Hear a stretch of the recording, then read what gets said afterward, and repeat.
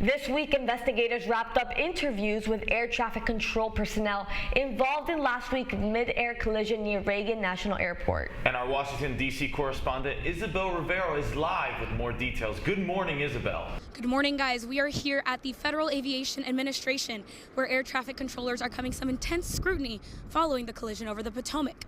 Now, new data is showing that there is a big understaffing problem for this notoriously demanding job. Take a look.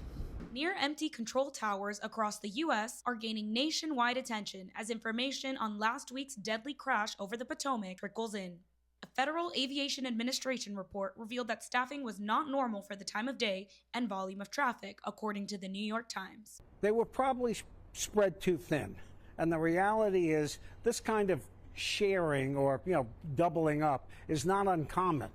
But should it happen? The answer is no. Last year, the FAA struggled to close a gap of 3,000 air traffic controllers. It takes months of training and years before certification for a high-risk job that can be a 6-day work week with a starting salary of $60,000. With a split of a second, you could have from the air traffic controller standpoint, you could lose the picture in a matter of a millisecond. Those stresses are felt beyond the control tower. Part and parcel to the job comes higher rates of divorce, higher rates of alcoholism, and even higher rates of suicide.